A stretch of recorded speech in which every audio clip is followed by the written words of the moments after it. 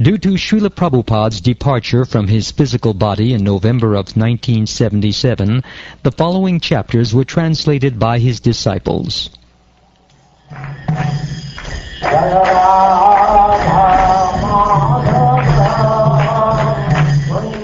And now chapter 14, Brahma's Prayers to Lord Krishna.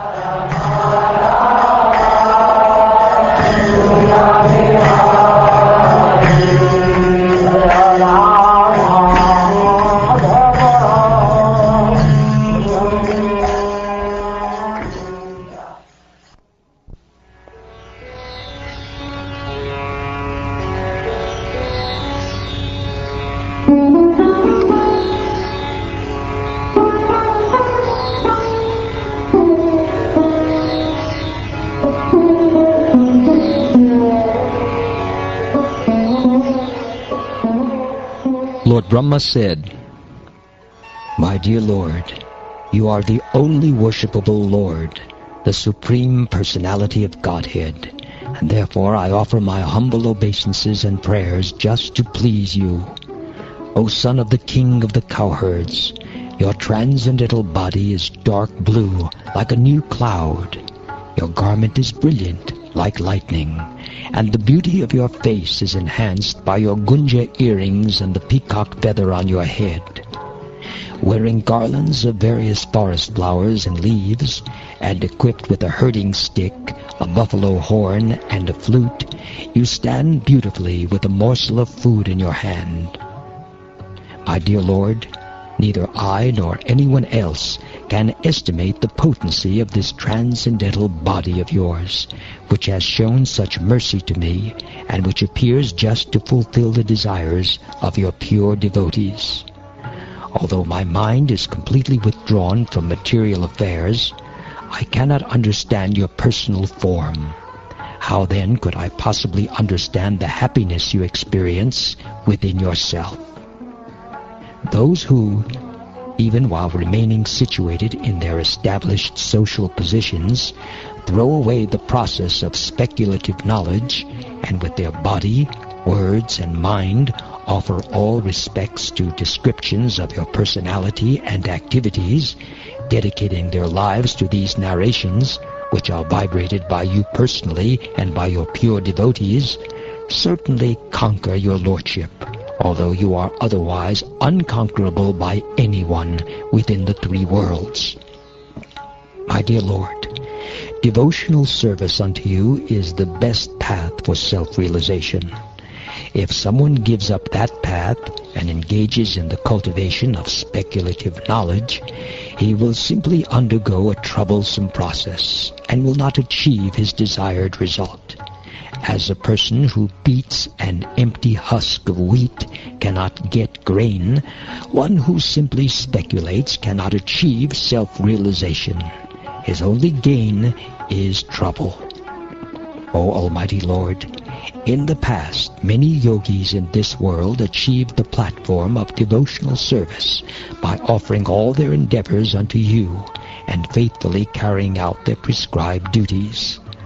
To such devotional service, perfected by the processes of hearing and chanting about you, they came to understand you, O Infallible One, and could easily surrender to you and achieve your supreme abode. Non-devotees, however, cannot realize you in your full personal feature.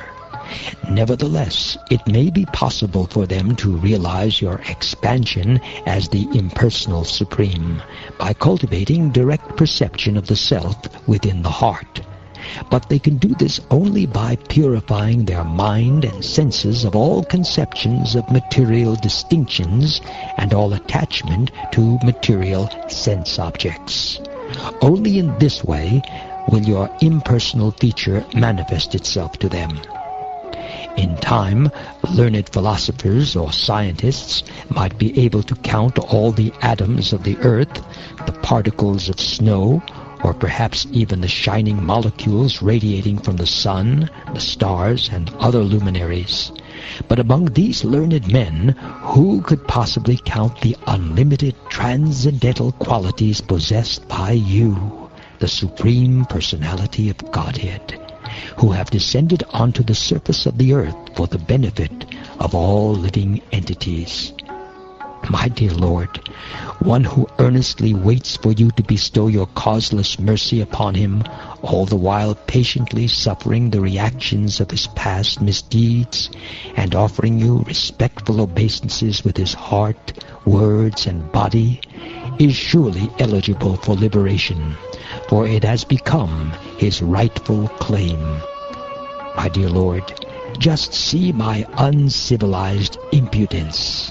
To test your power, I try to extend my illusory potency to cover you, the unlimited and primeval supersoul, who bewilders even the masters of illusion. What am I compared to you? I am just like a small spark in the presence of a great fire. Therefore, O infallible Lord, kindly excuse my offenses. I have taken birth in the mode of passion, and am therefore simply foolish, presuming myself a controller independent of your lordship. My eyes are blinded by the darkness of ignorance, which causes me to think of myself as the unborn creator of the universe. But please consider that I am your servant, and therefore worthy of your compassion. Who am I? A small creature measuring 7 spans of my own hand? I am enclosed in a pot-like universe composed of material nature, the total material energy, false ego, ether, air, water, and earth. And what is your glory? Unlimited universes pass through the pores of your body, just as particles of dust pass through the openings of a screened window. O Lord Adhokshaja, does a mother take offense when the child within her womb kicks with his legs? And is there anything in existence, whether designated by various philosophers as real or as unreal, that is actually outside your abdomen?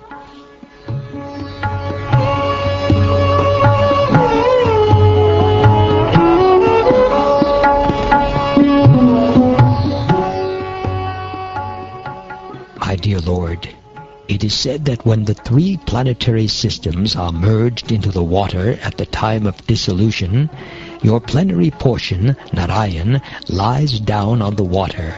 Gradually, a lotus flower grows from his navel, and Brahma takes birth upon that lotus flower. Certainly, these words are not false. Thus am I not born from you? Are you not the original Narayan, O Supreme Controller, since you are the soul of every embodied being and the eternal witness of all created realms? Indeed, Lord Narayan is your expansion, and he is called Narayan because he is the generating source of the primeval water of the universe. He is real, not a product of your illusory Maya. My dear Lord, if your transcendental body, which shelters the entire universe, is actually lying upon the water, then why were you not seen by me when I searched for you? And why, though I could not envision you properly within my heart, did you then suddenly reveal yourself? My dear Lord, in this incarnation you have proved that you are the supreme controller of Maya. Although you are now within this universe, the whole universal creation is within your transcendental body, a fact you demonstrated by exhibiting the universe within your abdomen before your mother Yashoda. Just as this entire universe, including you, was exhibited within your abdomen, so it is now manifested here externally in the same exact form. How could such things happen unless arranged by your inconceivable energy? Have you not shown me today that both you yourself and everything within this creation are manifestations of your inconceivable potency? First you appeared alone, and then you manifested yourself as all of Vrindavan's calves and cowherd boys, your friends. Next, you appeared as an equal number of four-handed Vishnu forms, who were worshipped by all living beings, including me. And after that, you appeared as an equal number of complete universes. Finally, you have now returned to your unlimited form as the Supreme Absolute Truth, one without a second. To persons ignorant of your actual transcendental position, you appear as part of the material world, manifesting yourself by the expansion of your inconceivable energy. Thus, for the creation of the universe, you appear as me, Brahma.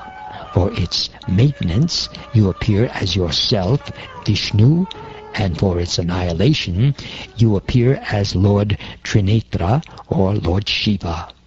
O Lord, O Supreme Creator and Master, you have no material birth, yet to defeat the false pride of the faithless demons and show mercy to your saintly devotees, you take birth among the demigods, sages, human beings, animals, and even the aquatics.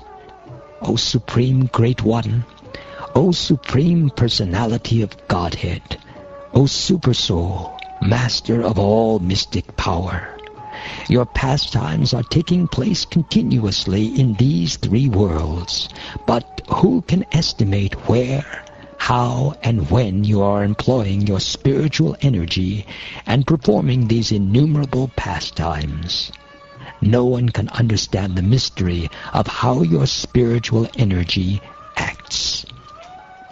Therefore, this entire universe, which like a dream is by nature unreal, nevertheless appears real, and thus it covers one's consciousness and assails one with repeated miseries.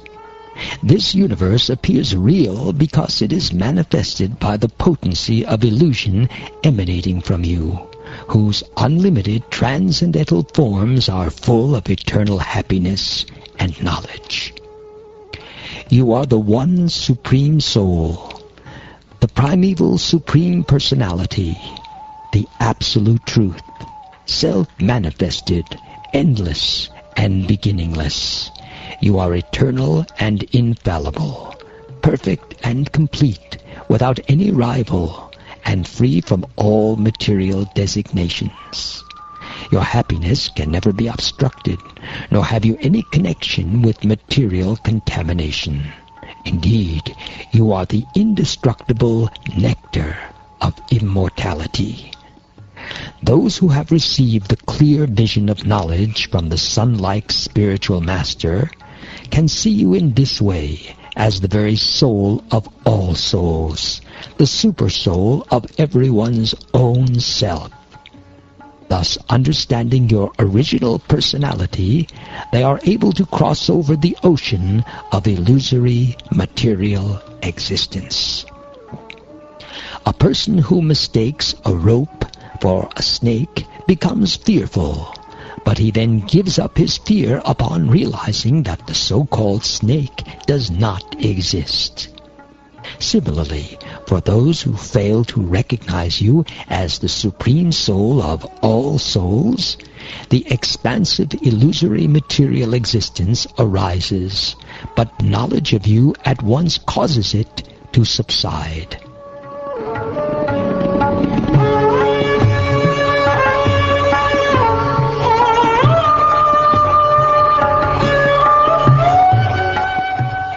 The conception of material bondage and the conception of liberation are both manifestations of ignorance.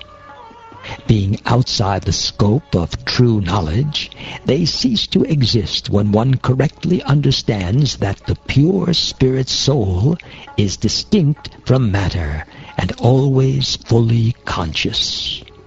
At that time, bondage and liberation no longer have any significance, just as day and night have no significance from the perspective of the sun. Just see the foolishness of those ignorant persons who consider you to be some separated manifestation of illusion, and who consider the self, which is actually you, to be something else, the material body. Such fools conclude that the Supreme Soul is to be searched for somewhere outside your Supreme Personality. O unlimited Lord, the saintly devotees seek you out within their own bodies by rejecting everything separate from you. Indeed, how can discriminating persons appreciate the real nature of a rope lying before them until they refute the illusion that it is a snake? My Lord, if one is favored by even a slight trace of the mercy of your lotus feet, he can understand the greatness of your personality. But those who speculate to understand the Supreme Personality of Godhead are unable to know you, even though they continue to study the Vedas for many years. My dear Lord, I therefore pray to be so fortunate that in this life as Lord Brahma, or in another life, wherever I may take birth, I may be counted as one of your devotees. I pray that wherever I may be, even among the animal species, I can engage in devotional service to your lotus feet. O Almighty Lord, how greatly fortunate are the cows and ladies of Vrindavan, the nectar of whose breast milk you have happily drunk to your full satisfaction, taking the form of their calves and children. All the Vedic sacrifices performed from time immemorial up to the present day have not given you as much satisfaction. How greatly fortunate are Nanda Maharaj, the cowherd men, and all the other inhabitants of Vrajabhumi. There is no limit to their good fortune, because the Absolute Truth, the source of transcendental bliss, the eternal Supreme Brahman, has become their friend. Yet even though the extent of the good fortune of these residents of Vrindavan is inconceivable, we 11 presiding deities of the various senses, headed by Lord Shiva, are also most fortunate, because the senses of these devotees of Vrindavan are the cups to which we repeatedly drink the nectarine, intoxicating beverage of the honey of your lotus feet.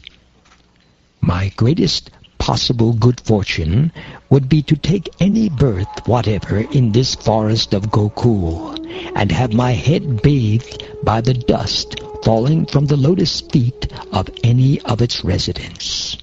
Their entire life and soul is the Supreme Personality of Godhead, Mukunda, the dust of whose lotus feet is still being searched for in the Vedic mantras. My mind becomes bewildered just trying to think of what reward other than you could be found anywhere. You are the embodiment of all benedictions which you bestow upon these residents of the cowherd community of Vrindavan. You have already arranged to give yourself to Putana and her family members in exchange for her disguising herself as a devotee. So what is left for you to give these devotees of Vrindavan, whose homes, wealth, friends, dear relations, bodies, children, and very lives and hearts are all dedicated only to you? My dear Lord Krishna, until people become your devotees, their material attachments and desires remain thieves, their homes remain prisons, and their affectionate feelings for their family members remain foot shackles. My dear Master, although you have nothing to do with material existence, you come to this earth and imitate material life just to expand the varieties of ecstatic enjoyment for your surrendered devotees. There are people who say, I know everything about Krishna. Well, let them think that way. As far as I am concerned, I do not wish to speak very much about this matter. O my Lord, let me say this much. As far as your opulences are concerned, they are all beyond the reach of my mind, body, and words. My dear Krishna, I now humbly request permission to leave. Actually, you are the knower and seer of all things. Indeed, you are the Lord of all the universes, and yet I offer this one universe unto you. My dear Sri Krishna, you bestow happiness upon the lotus-like Vrishni dynasty, and expand the great oceans consisting of the earth, the demigods, the Brahmins, and the cows. You dispel the dense darkness of irreligion and oppose the demons who have appeared on this earth. O Supreme Personality of Godhead, as long as this universe exists and as long as the sun shines, I will offer my obeisances unto you.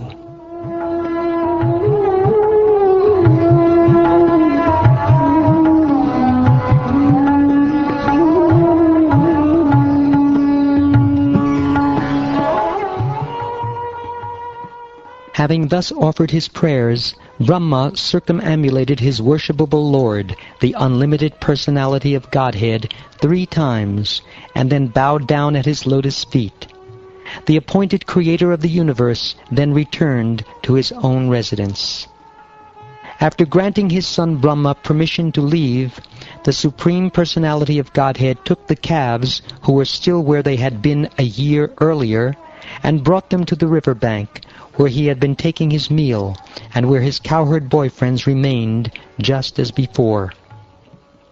O king, although the boys had passed an entire year apart from the Lord of their very lives, they had been covered by Lord Krishna's illusory potency, and thus considered that year merely half a moment. What indeed is not forgotten by those whose minds are bewildered by the Lord's illusory potency? By that power of Maya, this entire universe remains in perpetual bewilderment, and in this atmosphere of forgetfulness, no one can understand his own identity. The cowherd boys said to Lord Krishna, "You have returned so quickly. We have not eaten even one morsel in your absence. Please come here and take your meal without distraction." Then Lord Rishikesha, smiling, finished his lunch in the company of his cowherd friends. While they were returning from the forest to their homes in Braja, Lord Krishna showed the cowherd boys the skin of the dead serpent, Aghasura. Lord Krishna's transcendental body was decorated with peacock feathers and flowers, and painted with forest minerals, and his bamboo flute loudly and festively resounded. As he called out to his calves by name, his cowherd boyfriends purified the whole world by chanting his glories. Thus Lord Krishna entered the cow pasture of his father, Nanda Maharaj, and the sight of his beauty at once produced a great festival for the eyes of all the cowherd women. As the cowherd boys reached the village of Braja, they sang, "Today Krishna saved us by killing a great serpent." Some of the boys described Krishna as the son of Yashoda, and others as the son of Nanda Maharaj.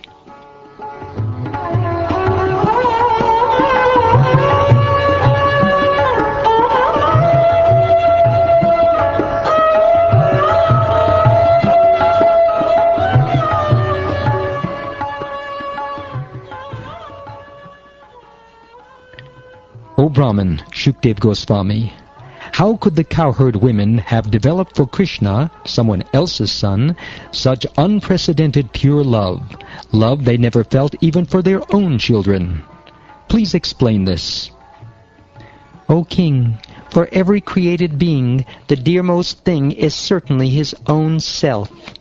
The dearness of everything else, children, wealth, and so on, is due only to the dearness of the self.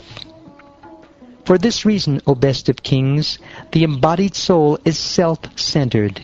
He is more attached to his own body and self than to his so-called possessions like children, wealth, and home. Indeed, for persons who think the body is the self, O best of kings, those things whose importance lies only in their relationship to the body are never as dear as the body itself. If a person comes to the stage of considering the body mine instead of me, He will certainly not consider the body as dear as his own self. After all, even as the body is growing old and useless, one's desire to continue living remains strong. Therefore, it is his own self that is most dear to every embodied living being, and it is simply for the satisfaction of this self that the whole material creation of moving and non-moving entities exists. You should know Krishna to be the original soul of all living entities. For the benefit of the whole universe, he has, out of his causeless mercy, appeared as an ordinary human being. He has done this by the strength of his internal potency. Those in this world who understand Lord Krishna as he is, see all things, whether stationary or moving, as manifest forms of the Supreme Personality of Godhead. Such enlightened persons recognize no reality apart from the Supreme Lord Krishna. The original unmanifested form of material nature is the source of all material things, and the source of even that subtle material nature is the Supreme Personality of Godhead, Krishna. What then could one ascertain to be separate from him? For those who have accepted the boat of the lotus feet of the Lord, who is the shelter of the cosmic manifestation, and is famous as Murari, the enemy of the Mura demon, the ocean of the material world is like the water contained in a calf's hoof print. Their goal is Parampadam, Vaikuntha, the place where there are no material miseries, not the place where there is danger at every step. Since you inquired from me, I have fully described to you those activities of Lord Hari that were performed in his 5th year, but not celebrated until his 6th.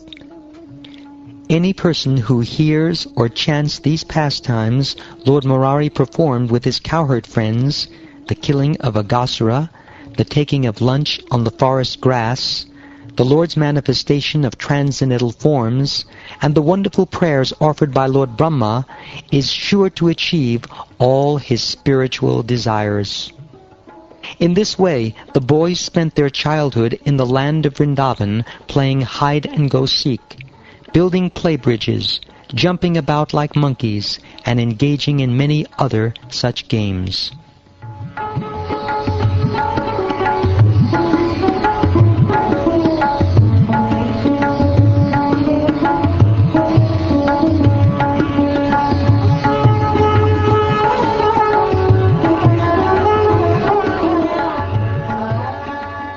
Thus ends the 14th chapter of the 10th canto of the Srimad Bhagavatam, entitled Brahma's Prayers to Lord Krishna.